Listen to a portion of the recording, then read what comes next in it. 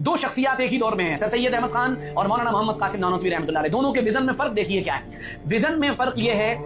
جو ایک خط کے اندر مولانا قاسم نانوتوی رحمۃ اللہ علیہ نے بیان کیا اور غصے میں لکھا ہے کہ میں آپ سے اس چیز کی بات کرتا ہوں کہ مسلمان محفوظ رہیں، اس کے بعد اسلام محفوظ رہ جائے یہ ضروری نہیں ہے، لیکن اگر اسلام کی حفاظت ہو جائے گی تو مسلمان اپنے آپ محفوظ ہو جائیں گے۔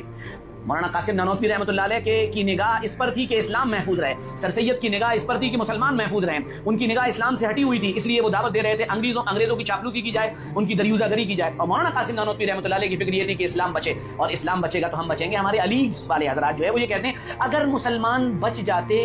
تو اگر اسلام بچ جاتا تو پھر مسلمان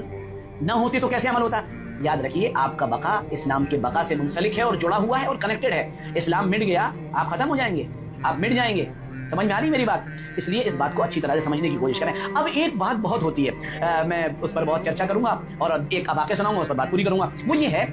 کہ علی گڑھ میں آپ دینداری دیکھیے، علی گڑھ میں تدین دیکھیے، یہ سر سید کی فکر تھی، ہرگز یہ سر سید کی فکر نہیں تھی۔ علی گڑھ میں جتنا دین آپ کو نظر آتا ہے وہ دو تحریکوں کی محنت کا نتیجہ ہے۔ نمبر ایک تبلیغی جماعت کی محنت کا نتیجہ ہے۔ جس طرح سے تبلیغی جماعت اور ان کے اکابر نے وہاں محنت کی ہے وہ لائق دید ہے، وہ دیکھنے کے قابل ہے، وہ سب باتیں آپ کی نگاہ کے سامنے ہوں گی۔ جو علی گڑھ چلا جائے گا اسے نظر آئے گا، جس کے سر پہ ٹوپی اور داڑھی نظر آئے گی آپ دیکھ لیے گا 90% اس کا تعلق تبلیغ سے ہوگا، اور اس کے علاوہ SIO کی محنت ہے، دیگر تنظیموں کی اسلامی محنت ہے، جس کے نتیجے میں وہاں دین آپ کو نظر آئے گا۔ ورنہ میرے والد صاحب خود باقاعدہ کمیونزم کے دور میں علی گڑھ کے طالب علم رہے ہیں، اور انہوں نے بتایا کمیونزم کی دعوت اتنی زبردست علی گڑھ کے اندر تھی کہ پورا علی گڑھ بہہ گیا تھا۔ مولانا یوسف صاحب رحمۃ اللہ علیہ کی قبر کو اللہ نور سے بھر دے، انہوں نے پوری طاقت اور قوت کے ساتھ علی گڑھ والوں پر توجہ دی، اور ایسی توجہ دی کہ ان کی روحانیت علی گڑھ والوں کو کھینچ لائی نظام الدین، اور پھر وہاں پر ان کی تربیت کر کے جب ان کو واپس بھیجا گیا، بڑی داستانیں اور بڑی قصے اور بڑی زبردست واقعات ہیں اس سلسلے کے میرے ذہن کے اندر ہیں، میں وہ سب آپ کے سامنے بیان کر سکتا ہوں۔